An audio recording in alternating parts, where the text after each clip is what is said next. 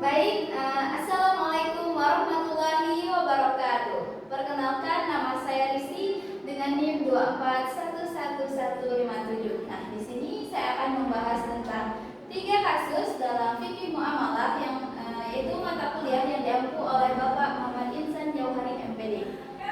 Kasus yang pertama yaitu akad jual beli COD, kemudian masalah sewa menyewa atau ijarah, dan ketiga yaitu salam dan istisna. Next.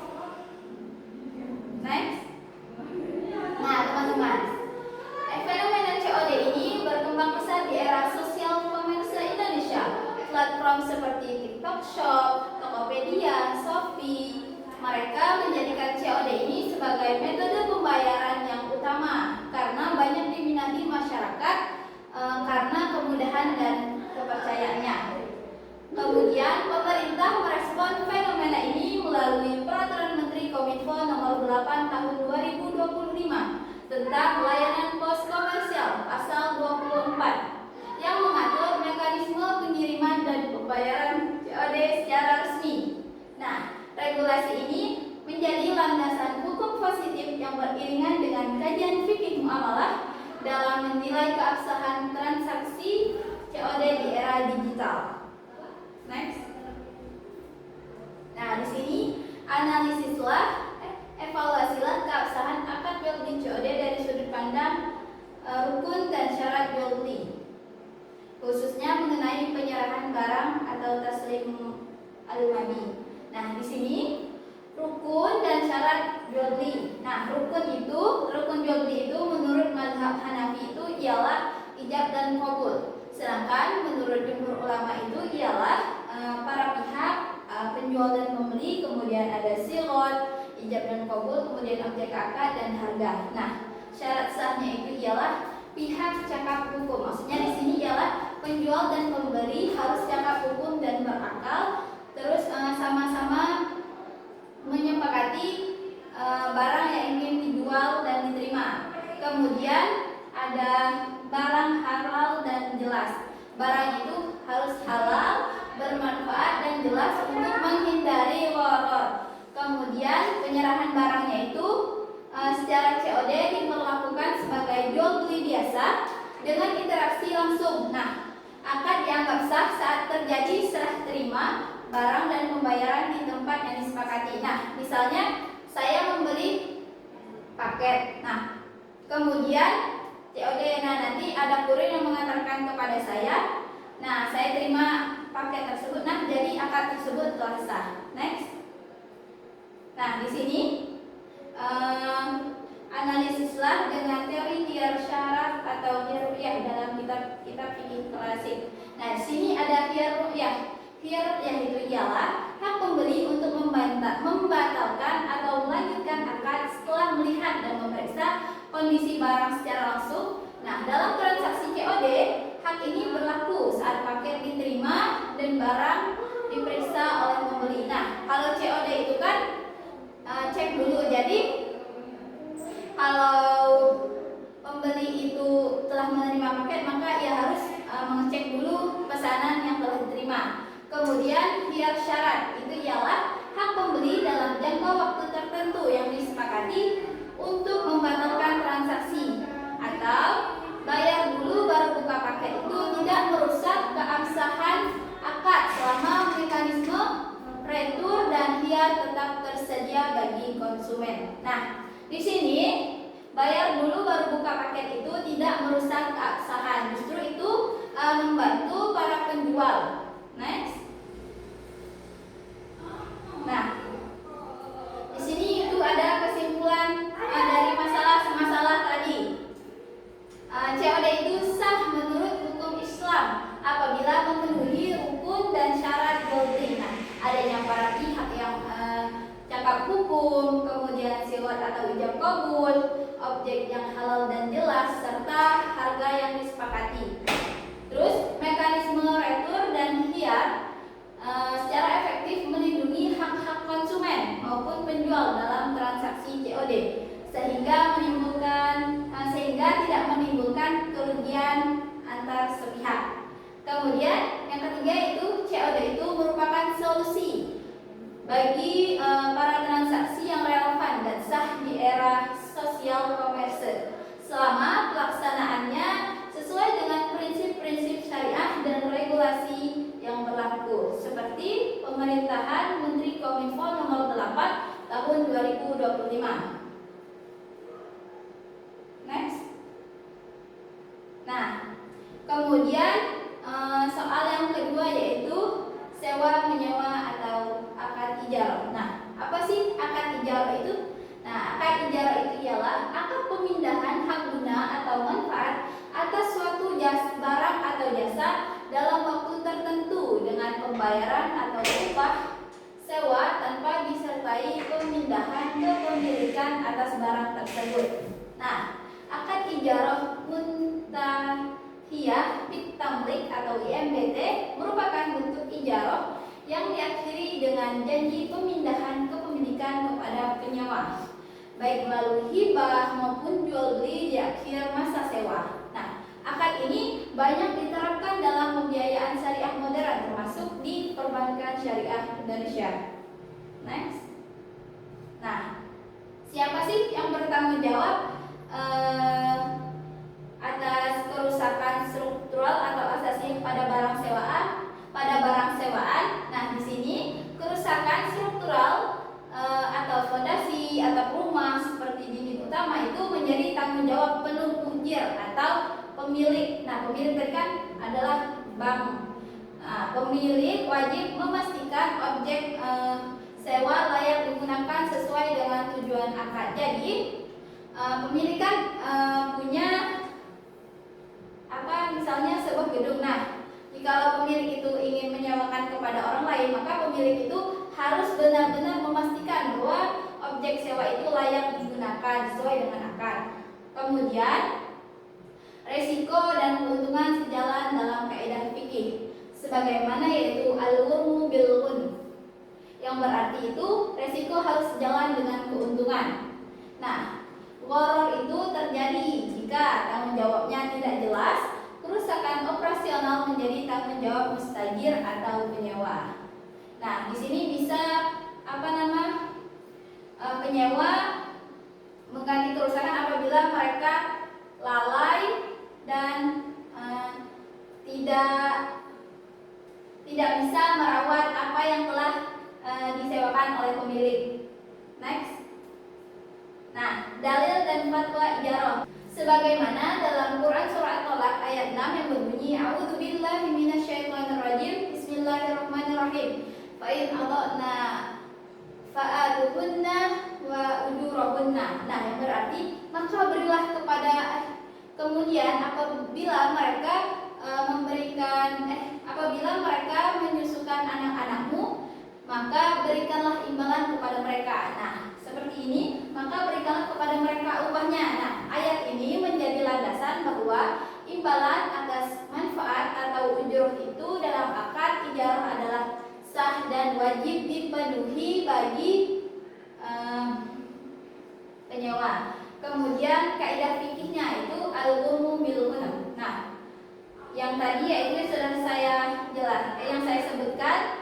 Nah, kaidah ini menegaskan bahwa pihak yang memperoleh manfaat juga harus menanggung resiko yang menyertainya. Nah, pihak yang memperoleh manfaat seperti penyewa tadi harus menanggung apabila ada barang-barang yang rusak akibat kelalaian mereka sendiri. Nah, di sini saya juga mengambil fatwa DSN MUI nomor 27 DSN MUI 3 tahun 2002 yang berbunyi akad ijarah dan pemindahan kepemilikan harus dipisahkan implikasinya. Bank syariah wajib menanggung biaya perbankan struktural dan tidak boleh membebankan seluruh biaya kepada penyewa. Next. Jadi teman-teman, kesimpulannya itu ialah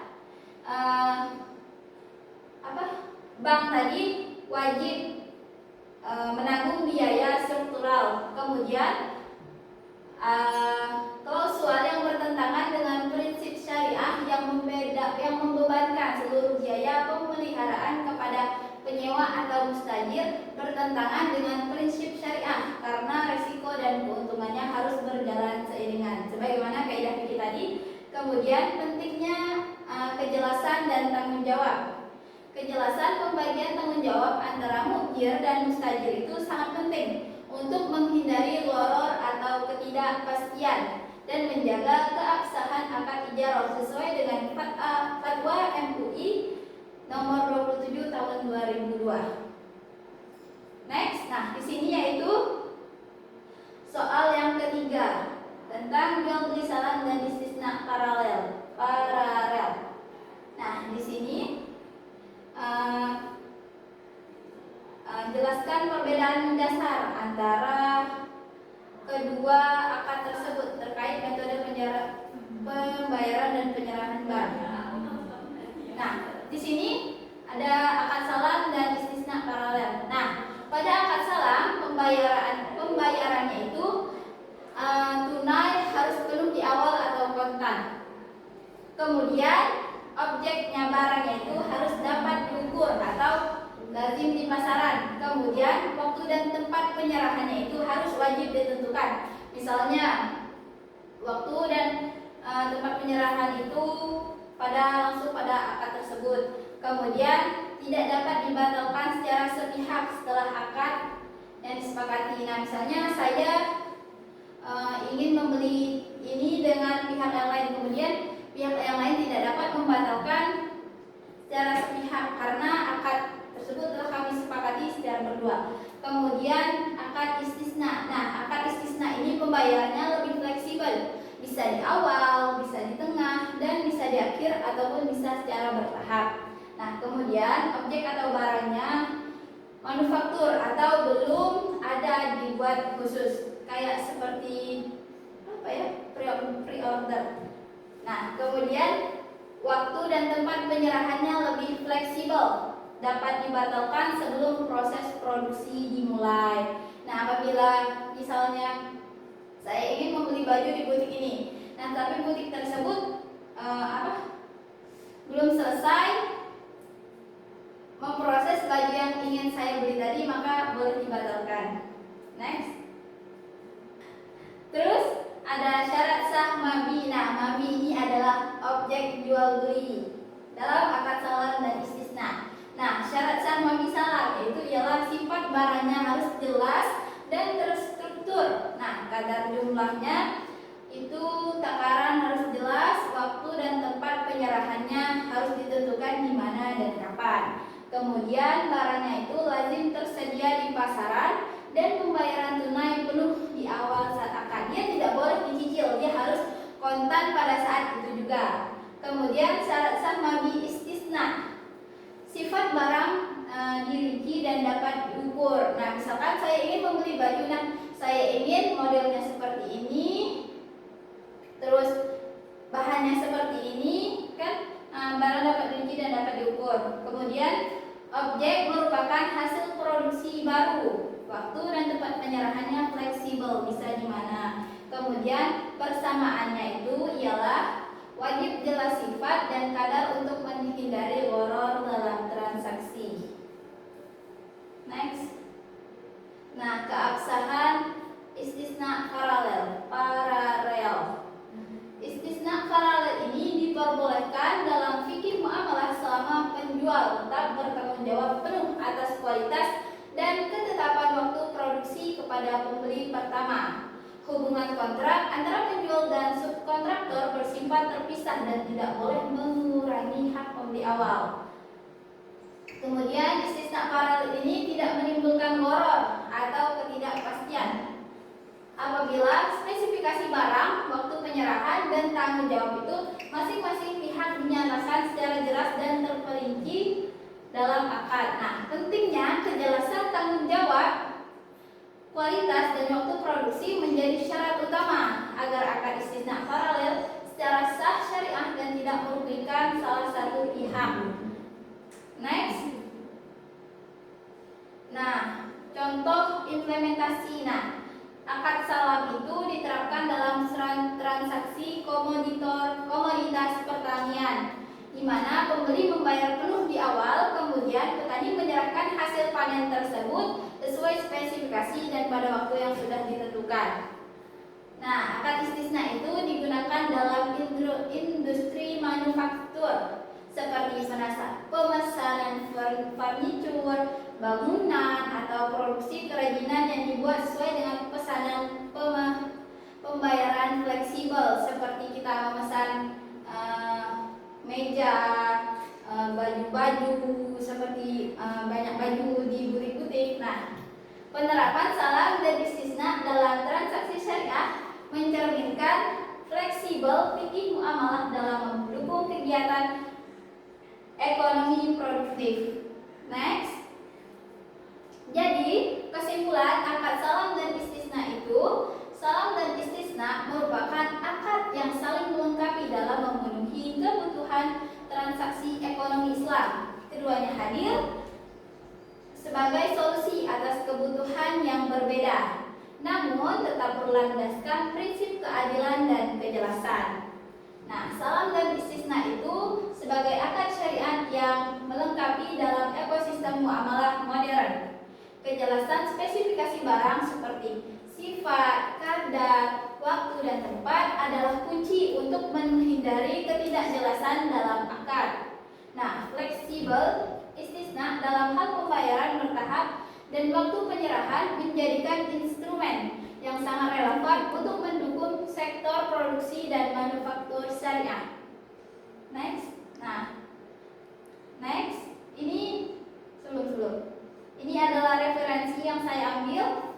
Peraturan Menteri Kominfo nomor 8 tahun 2025 tentang layanan pos komersial pasal 24. Kemudian Fatwa DSN MUI nomor 27 tahun 2002 dan dalil Al-Qur'an Quran surah At-Tolak ayat 6 mengenai dasar hukum imbalan atas manfaat dalam akad ijarah.